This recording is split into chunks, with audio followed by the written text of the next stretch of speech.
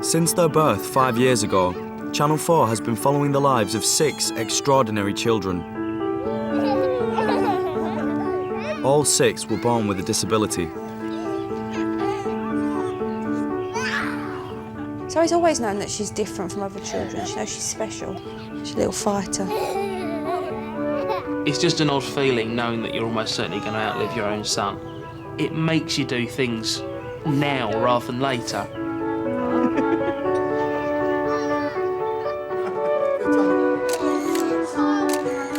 We follow them as they undergo painful physical therapy, major operations, and face life and death situations.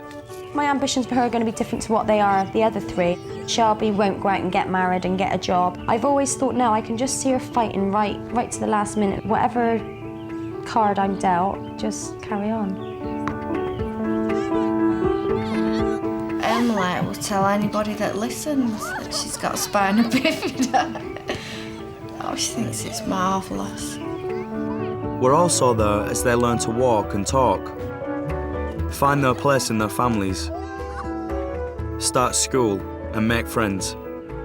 I'm Emily and this is my friend Hamish. He's nearly to the point of asking why, or, you know, what happened, or why am I like this? He needs those positive role models. He needs to be proud about himself and secure that, like, he has parents who love him for what he is. We've been with these children since the beginning. Some will succeed at reaching milestones and keeping up with their friends. Others will have to struggle just to stay alive. In this programme, we join them as they enter their 2nd year, and our families discover how their child's disability will shape the rest of their lives.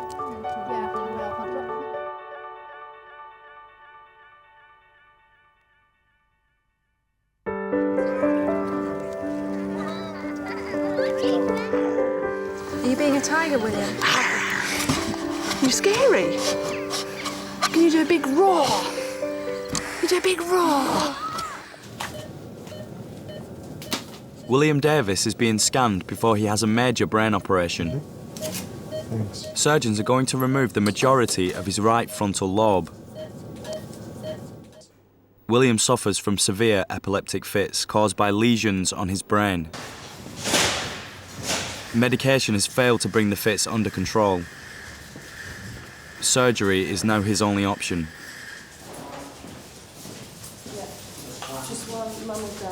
If he was having his tonsils out, I'd be terrified. And he's not, he's having major brain surgery.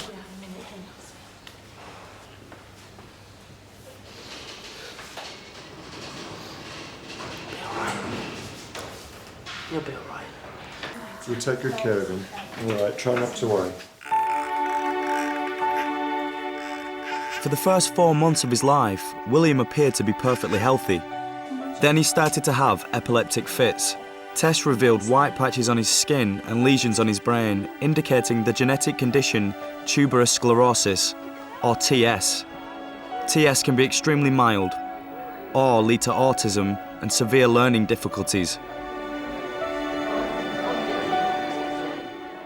William's parents didn't know how seriously affected their son would be.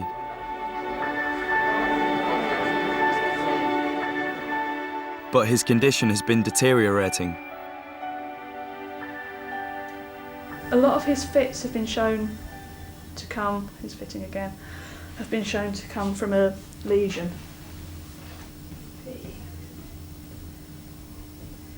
I mean, at the moment, if he's under control, he's only having three or four fits a day, which isn't too bad.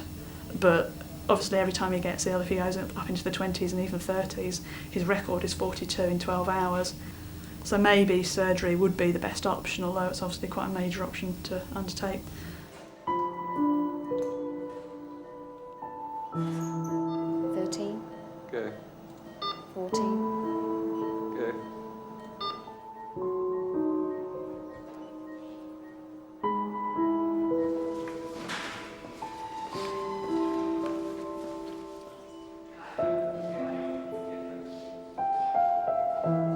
It's probably the most horrific thing we've ever been through.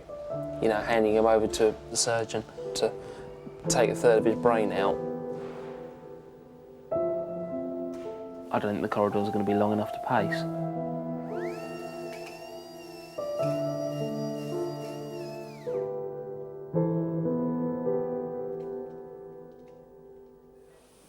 And the brain here just looks generally very abnormal. And then I think that unless we take this bit out, I don't think we're going to do any good for his epilepsy at all.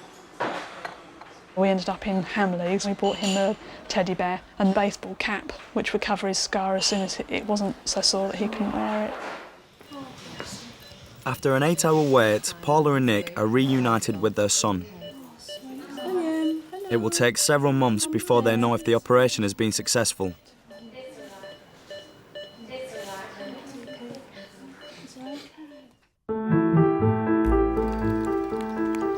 My name is Emily Spears. I like playing football and I support Burnley. Put your hand up. Emily Spears was born with spina bifida, which literally means split spine. And again. If the child does have spina bifida, then you don't know how they're going to be, you don't know if they're going to walk, talk, you don't know if they're going to be brain damaged, it's all that. Rachel and Richard discovered there was a problem before their daughter was born. Stretched out.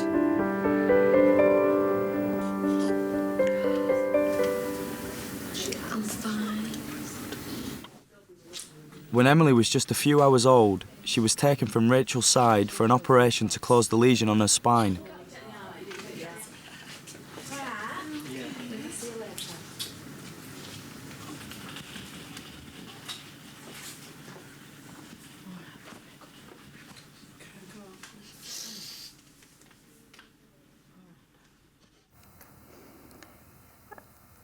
I think that was probably the worst day.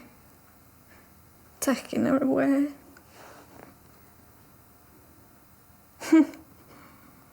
It was awful. I felt like she'd gone and that was it.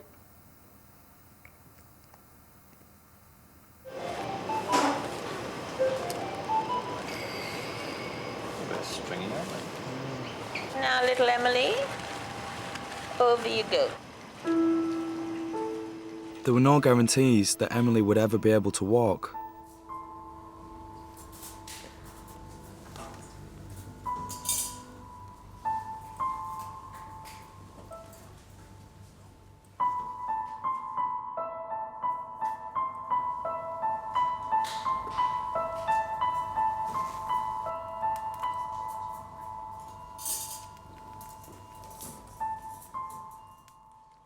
Ready, steady, go! 2 years after the operation, she's about 6 months behind in her physical development, but is alert and active, and has just taken her first steps. And I know what to do. Do you want to go again? When she did eventually do it, it was like, well, thank God for that. You know, it I wasn't don't like, have to walk around breaking my back holding a hand anymore. Yeah, because like you had to bend down. But so it wasn't like, oh, she's walking. It was just like, about time. Come here. But the nerves in Emily's spine controlling her bowels and bladder have been damaged, and there's a danger she could be incontinent. Bladder control could be a problem in the future. We just don't know. As with everything really, isn't it? Oh, she's beautiful. Just have to see how it goes. Like that. Can I have a kiss now with that lipstick on? Oh.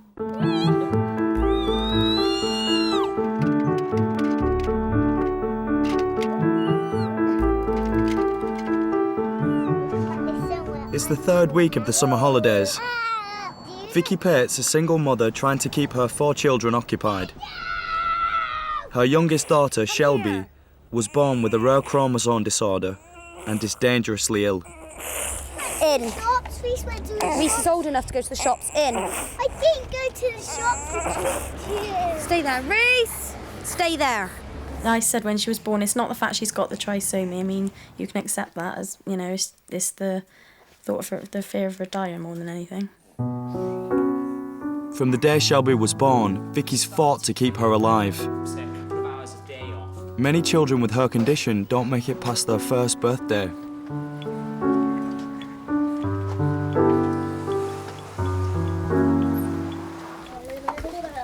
What's he doing? On the days that Shelby is allowed out of hospital, she is still oxygen dependent and needs constant monitoring. If you could just tell her that I've put Shelby's oxygen up to a litre. She's not too bad in herself, although she had diarrhoea and vomiting last night. Today, Vicky's feeling anxious. Do you think you're funny? Do you think you're funny? I'm just worried because I'm thinking, well, she's on a litre, she can't go any higher, and obviously I'm just worried.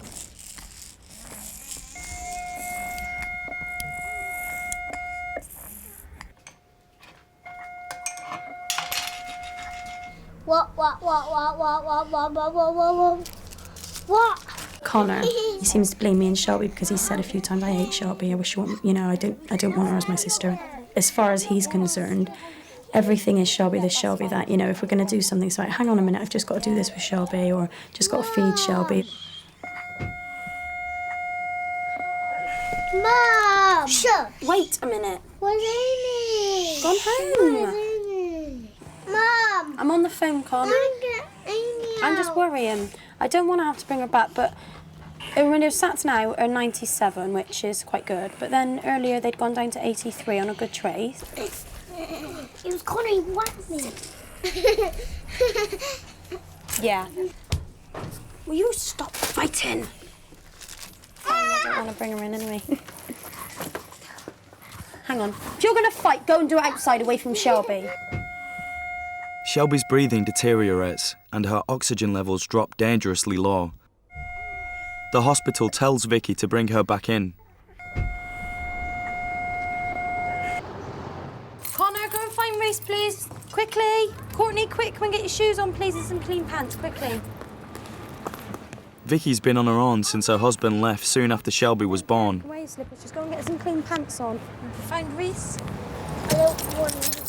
I need you to, because I've got to take Shelby to the hospital and you've got to go to Gran's to go and find him. The boys have run off.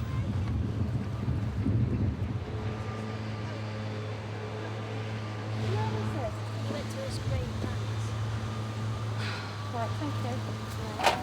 You haven't got the boys because they've done a runner. Grandma's going to keep an eye out for them. I can't find Connor either. She thinks it's only Reese. Oh, they're from the bikes, are they? Yeah. Okay. In you can. Vicki has to give up looking for the boys and get to the hospital. Sometimes you just want someone to carry a bit for you, but it doesn't happen.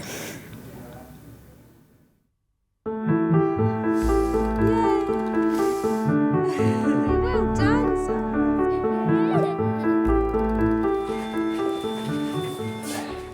Zoe Frew's come to London with her parents, Anne-Marie and Michael. She's facing major surgery to cut her Achilles tendons and reposition her feet. Zoe was born with the condition arthrogryposis, which makes her hands and feet turn inwards. We're going to do this in two stages. We'll do the back bit of the feet today, and then in 2 weeks' time we'll get you back in and do the inner side. Zoe spent the first months of her life having her legs manipulated and put into plaster. But this painful process had little effect. There's people with arthrogryposis that are in wheelchairs. There's just no guarantee. Each child is different. Hopefully Zoe will be one of them children that get up and walk, but if she isn't, she isn't. Hello. When she was a year old, she had an operation to remove a bone from each foot to help her to stand. The bone is pushed right forward, so it's well in the wrong place anyway. This was followed by intense physio. You've just got to get this to activate these. No! Chuck it all away. Fair enough. Zoe end up in a wheelchair. It took its toll on both mother and daughter. I'm just getting more and more down with it, and I can't. I just want to be a mum. I don't want to have to do all this. But now, the front of Zoe's feet and her toes have caved in again. Further surgery is her only chance of being able to walk. Righty. Here you go. Oh, you're in that sort of mood, are you? Zoe, it's okay. My little one said the same thing. I know, sweetheart. It's okay. Brave. Get on my hand. Pop a head at this end. That's great. Just pop it down. Just give her a Fine. kiss. Big kiss. Wait outside. And we'll see you a little bit later on. Zoe's parents' relationship has ended. Michael's now living a 3-hour drive away with a former girlfriend and his other 2 children. The last time she had surgery, she was little, she was small, which was a lot easier because she didn't really know. She didn't really know what was going on. The difference is this time I'm not with Anne-Marie. I'm 150 miles away and I can't see Zoe all the time, which is bad.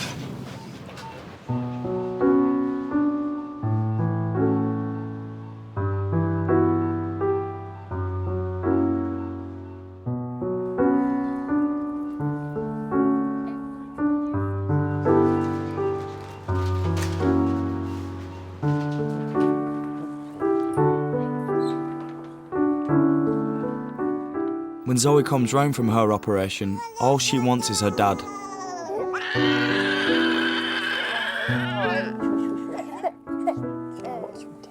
Yes, I'm there to help, and yes, I'm there to catch her and support her and to push her along. But I just need Michael to get a grip on reality and to realise that there's a little girl here that will need more help. Zoe, are you going to be walking soon? Walking soon. Walking soon. Are you? Read the book. I'm going to be walking like Chloe soon. And Joshua. Read the book. Oh, you're reading the book at the minute. Shall I be quiet? Yes.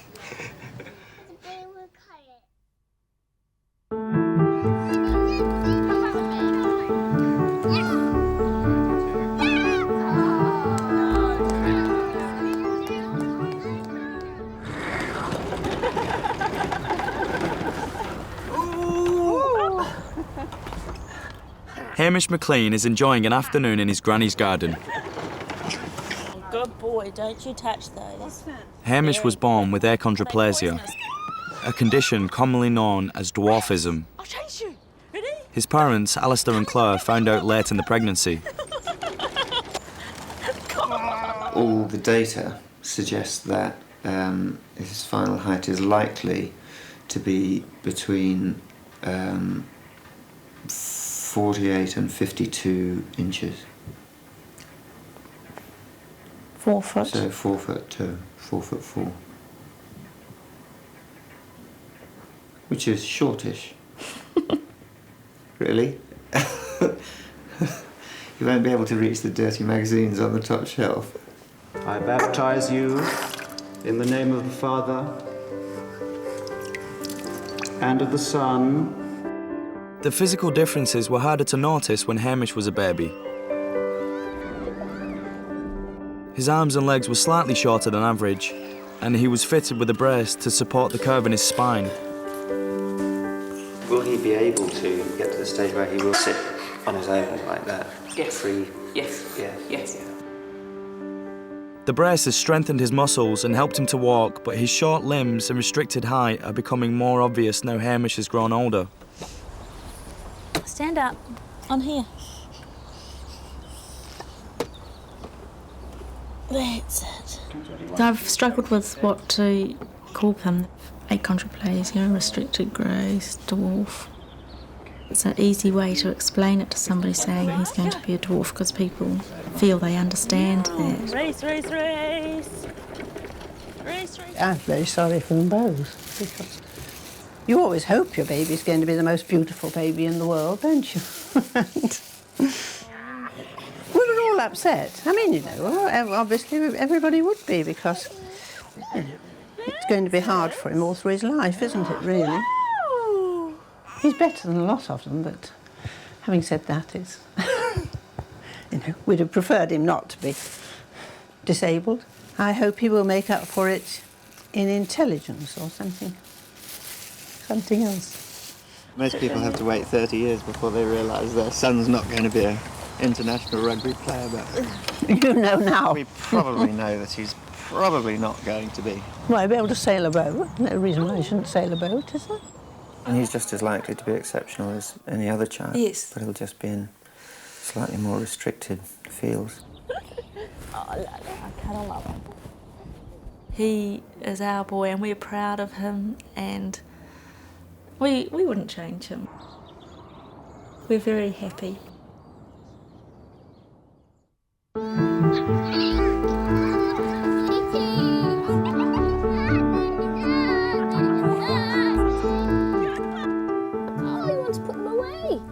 Ready, Nathan? Where's the key? Yay! Nathan Christie has problems learning to talk, so he's being taught a simplified form of sign language to make himself understood. Oh, you want the spoon again? You like putting it in the cup, don't you? Brick. Brick. Brick. Yes. Nathan has Down syndrome. Pencil. 600 children in the UK are born with the condition every year. I know it's going to take a long time. You can see it's going to take a long, long time. I mean, the stuff that we was talking about in the last session, when we wanted to do, like the sleeping and things like that, it hasn't really picked him up yet. Pencil. Look, there it is. We can't really communicate a lot to each other. We do, but I mean... But it's not as simple as just having a conversation. Yeah. Give. No, not in your mouth. I think that it is frustrating sometimes when you're trying to find out what he's saying, and sometimes you don't get it right, and he just he wants to walk away because you haven't understood him. Richard and Tracy found out their son had Down syndrome shortly after he was born. It was like a ton of bricks. It just hits you when I got home and I was told. It was like the last thing I expected. They was sort of dark days at first. Lots of things were just going through our head. I was thinking that I might have done something to cause it. It's not like I'm not happy or anything, Nathan. It's just I'm just putting myself back to the way I felt at that time when I did feel very bad. Nathan's tongue protrudes, making it hard for him to form sounds easily. He's been fitted with a special brace to exercise the muscles in his mouth. His top jaw's not keeping his tongue in, so that's why it lolls forward. And now all the hard work's beginning to pay off. Give him. Yeah! Yay! Where? There. Right, now, what is that? What is it? Camel? Where's the humps on his back? The back. Yeah, it's there. Are they there? Hmm? Say, camel, Mr. Camel. Shout, Mr. Camel. It's really amazing the way he signs and he communicates. He's teaching us lots of things as well. Snap, snap, snap, snap. Where? Oh, there. Big? He's doing big. Big pig. Big. It's a big pig, yeah. Big. Oh, well done. That was lovely. Big kisses for you, Nathan. One more. Say one more. One more. People who meet him do love him because he makes you smile. It's magnetic. And I think that's so special to Nathan, it's just unique. If I was negative towards Nathan, what sort of life would he have? He needs those positive role models. He needs to feel proud about himself and secure that he has parents who love him for what he is.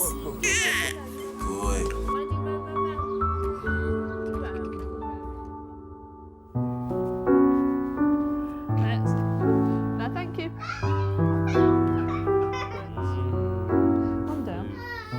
William's spending 3 days in the epilepsy unit at Great Ormond Street Hospital. He's been confined to a small room with 37 probes attached to his head. You're going to end up in a right tangle, aren't you? William's brain surgery hasn't worked. His condition briefly improved, but now his epileptic fits are escalating and he's started wearing a helmet to protect his head when he falls.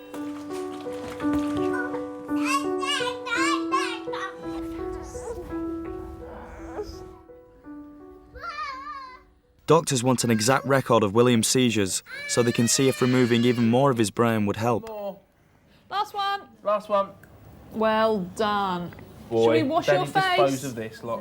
When he has a seizure in here, there's a button to press called an event blue button, button. the blue button, which we've had to hide around the back because William found it and was merrily Trying to pressing tell it. And we have to press that just to alert them that we think he was fitting. William's seizures disrupt the normal function of his brain all the time. You all right, William? As they occur, there's an abnormal surge of Alright. electrical activity in his nerve cells. It's all right. Oh, William, this is a long one. He's only partly conscious. It's all right. It's okay. It's okay, William. It's all right, William. Oh, William. All right. Oh, darling. Okay? You all right? Okay. Careful. Good boy. It's okay. Okay. We've been logging the seizures. He had 2 or 3 early in the morning. He had them at 10 past 11, 10 past 12, 1 o'clock, 13:04, 13:06, 15:25, 15:35, 17:15, 1900, 2000 and 20:15. Paula and Nick will now have to wait for 2 months. Then they'll find out if there's anything more surgeons can do to help their son.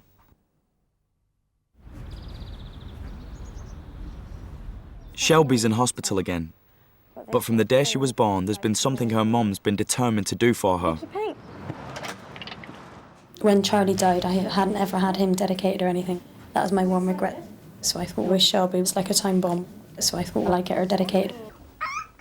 Vicky's son Charlie was born 5 years ago. He had the same chromosome disorder as Shelby and died when he was 3 months old. It destroyed a lot of lives, especially my ex-husband's. Charlie was the apple of his eye, and I said, you know, when he died, something in Mark died too. It was very hard.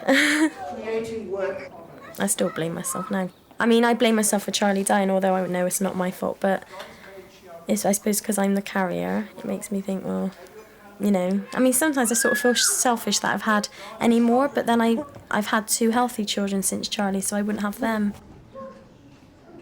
Vicky's dad has a poem to read for his granddaughter. Right, this is written by Vicki, and I'll try to read it.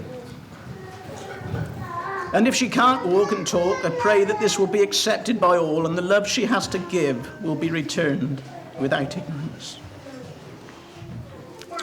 Sorry.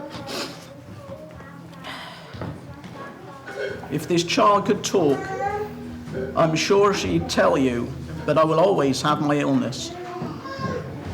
So please love me for who I am, and not what you may have wanted me to be. The other 3 know that Shelby might not live, that she might not make it to adulthood, and, you know, they've pretty much accepted that, so we just sort of enjoy the time we've got with her.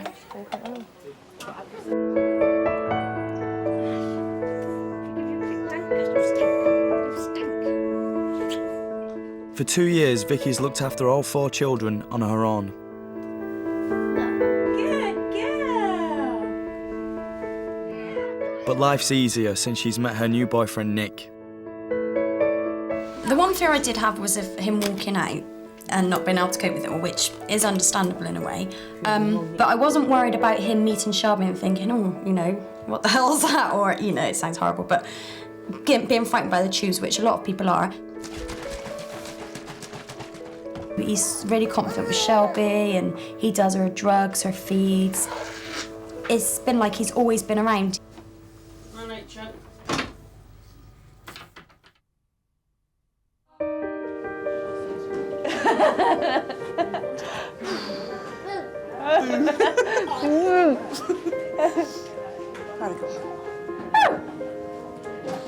Six weeks after Zoe had 2 operations to straighten her feet, and it's time for the cast to come off. Hold Mummy's hand just in case.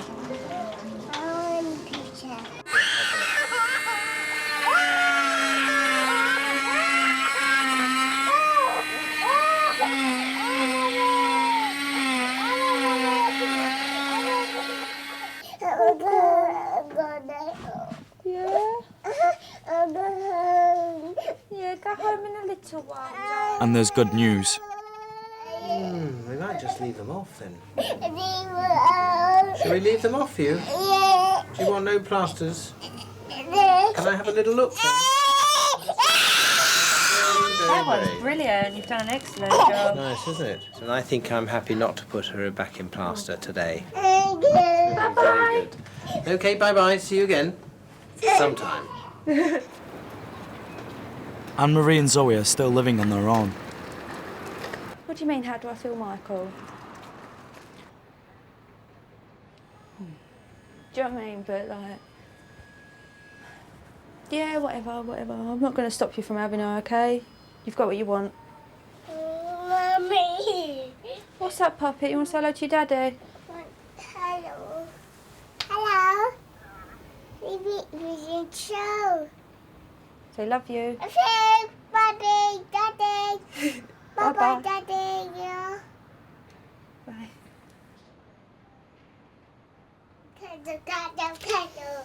Michael's moved permanently to Loughborough to start a new life with his other family. You getting down again? I'm going to get down on the bikes. Okay. Right, get down.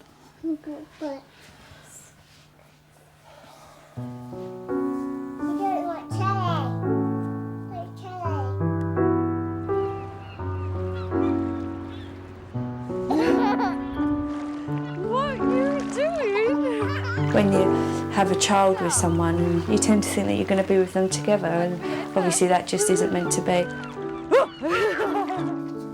And there's something else Anne-Marie's having to face up to.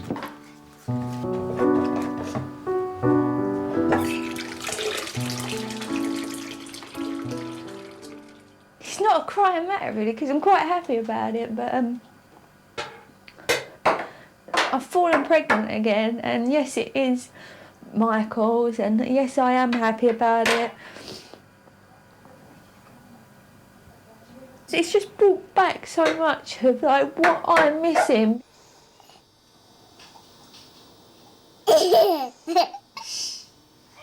Daddy, hi.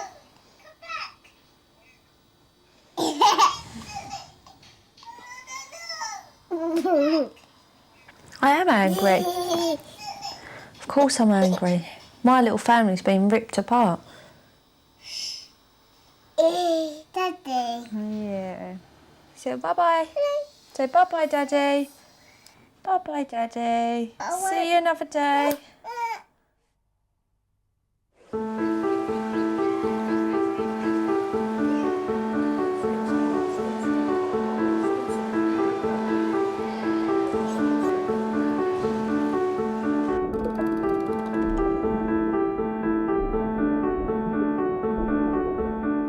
Hamish regularly goes swimming to improve his flexibility and reduce his chances of developing back and joint problems. The difference between Hamish and his friends is becoming more obvious. Okay, ready? He can't keep up with the children, and he runs up to me and he says, "Mama, my batteries are low." And I said, "Where are your batteries, Hamish?" And he says, "They're in his tummy." He said to me the other day, "Mama, I ran out of petrol." And then later in the day he said, "Mama, why do I keep running out of petrol?" A lady in the shower came and asked me what was wrong with him. In some ways you want to just pick him up and run and hide and protect him from everything, and in some ways you want to be able to give him some magic drug that will just cure it all. Run, run. Most children's legs straighten in their first year, but achondroplasics often remain bored. But I just need to have a look at your legs.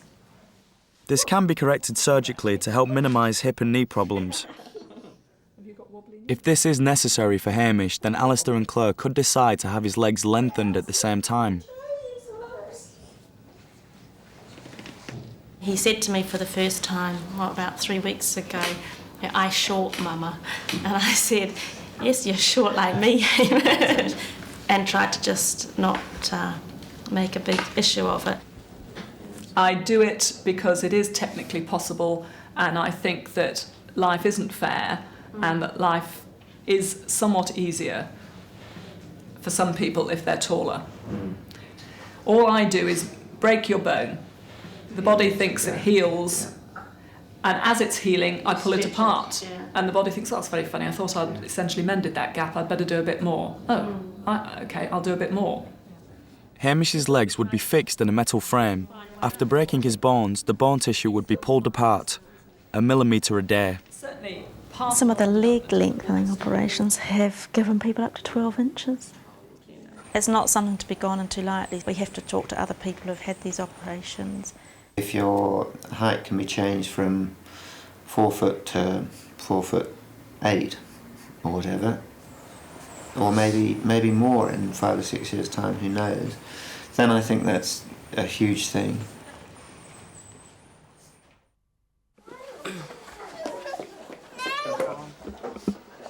Paula and Nick are back at Great Ormond Street for the results of William's brain investigation. His seizures are continuing to rise to about 40 a day.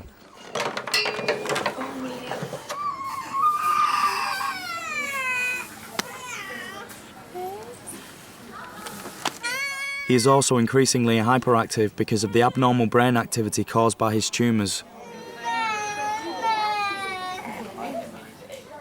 Surgeons have already removed part of the right frontal lobe. It now seems the tumours have spread. There appears to be a lot of activity coming from the left frontal region. Right. So, no, the left.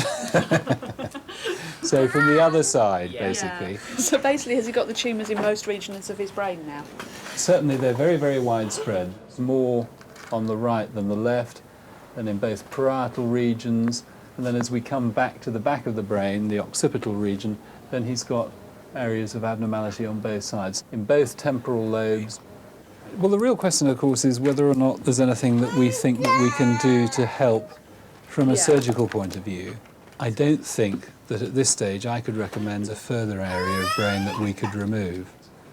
He's going to continue to have seizures, and it'd be very surprising if he became seizure-free.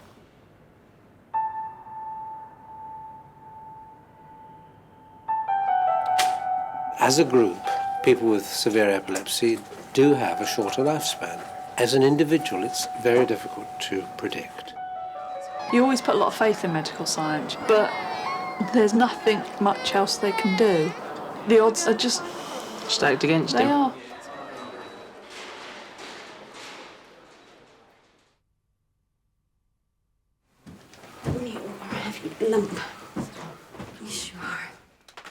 Tonight, as usual, it's a 45-minute routine to get Shelby ready for bed. She's on 5 different drugs, and Vicki has to connect Shelby to her overnight feed, check her oxygen levels, and plug her into her oxygen supply. Leave it!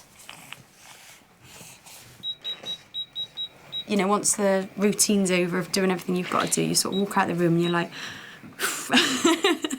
And that's no reflection on her, it's just... It's nice once she's gone to bed. I can relax to a certain extent, as long as no machines start bleeping. Oh, not your shelves, I love you.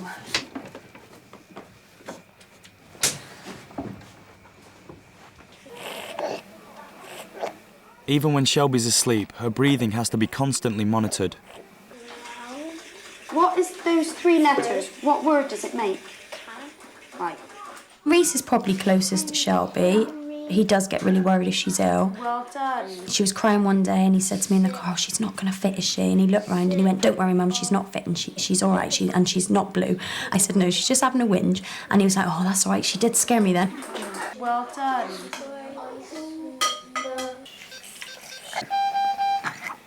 At 8 o'clock, Shelby starts to fit. Shelby, Mummy's here. Mummy's here.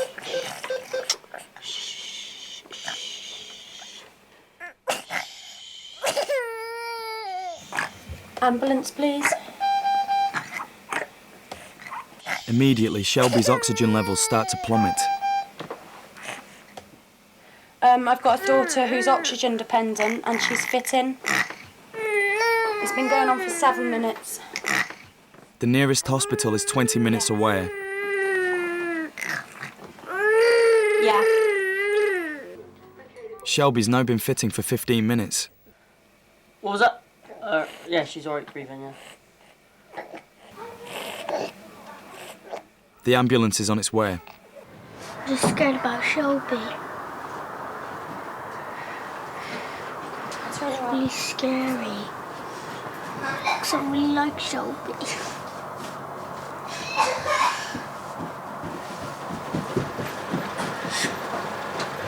Right, Princess, we're here. Ambulance for Shelby. Yeah. Come on, come on up. Has she stopped, Nick? What's the history? She's got a life-limiting illness called partial trisomy 9P. Right. Chronic lung disease, heart disease, hypothyroidism.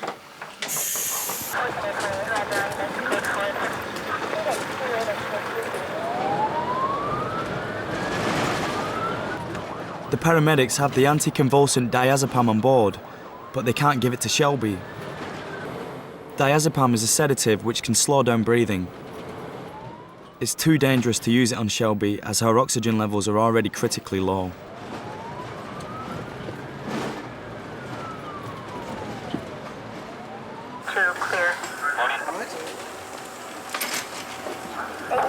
Up to a month ago, she was oxygen dependent, like, you know, all the time. And she's now only on oxygen at night. An hour now. She can't have diazepam. Now in the safety of the hospital, doctors can give Shelby diazepam to bring her out of her fit. I can't watch her line going in. Tell you what, when you get in a chair, you can come and sit down over here.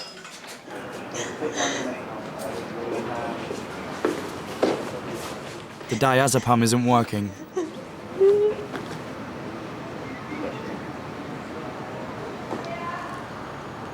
Shelby's been fitting for over an hour. She's in resus. They're trying to stabilise her now.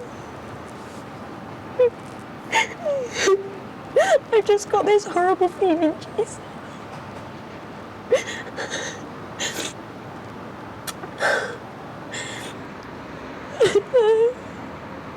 I can't do this.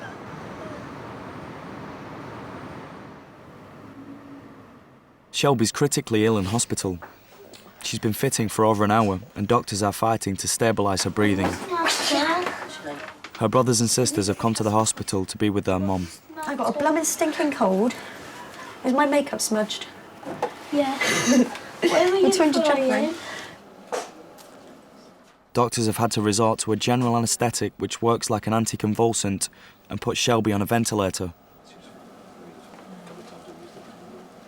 You're helpless, that's the worst bit. You're just absolutely helpless. There's nothing, you know, if you could switch, I know people say it, but if you could switch places with your own child, you would, especially at that age, you would.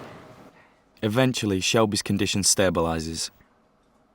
Doctors transfer her to the paediatric intensive care unit.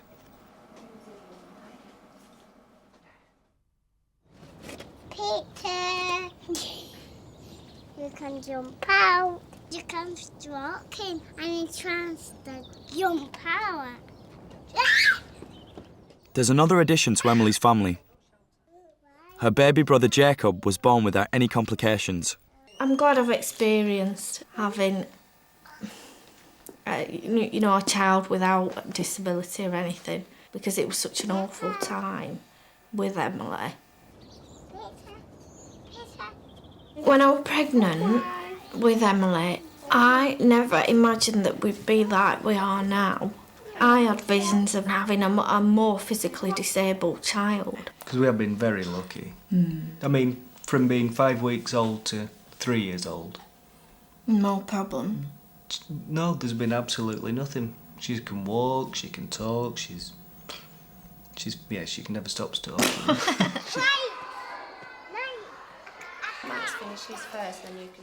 Emily may appear the same as the other children in her class, but the spina bifida has affected the nerves controlling her bowels and bladder.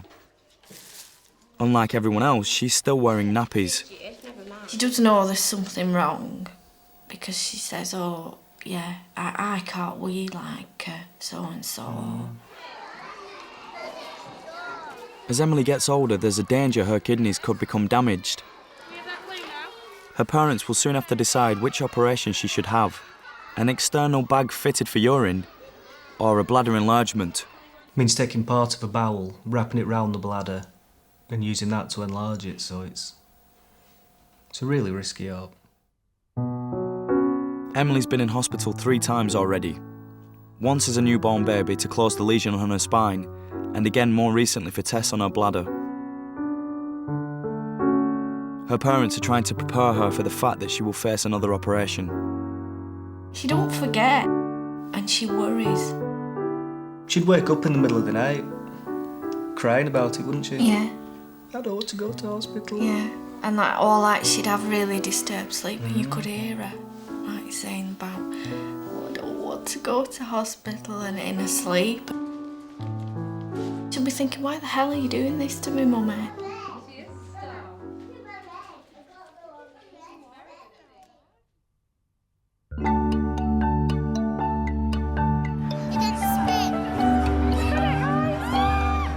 Later that year, Vicki and Nick take the children to France for their first foreign holiday. Shelby's out of hospital enjoying the spectacle with her brothers and sisters. She's been put on a new course of medication and is spending more time at home. My gut feeling is that Shelby will live, like, I can imagine her being a teenager. I don't know why, and I may be totally wrong. She could go next week, but I've always thought, no, I can just see her fighting right to the last minute. Like, I've been ill, but I'm fine again, and get on with it. Whatever card I'm dealt, just carry on.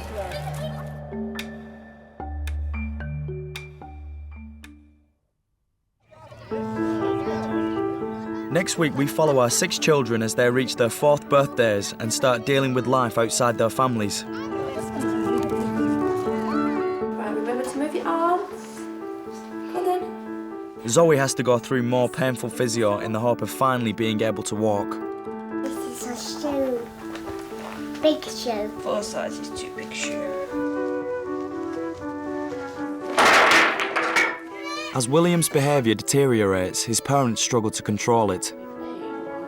I think most of the time he doesn't really understand no. Therefore, what we're supposed to do with him, he's just a baby. He just happens to be a very big one. Shelby's fits get worse, and Vicki has to make a life or death decision. I'm gonna let her go.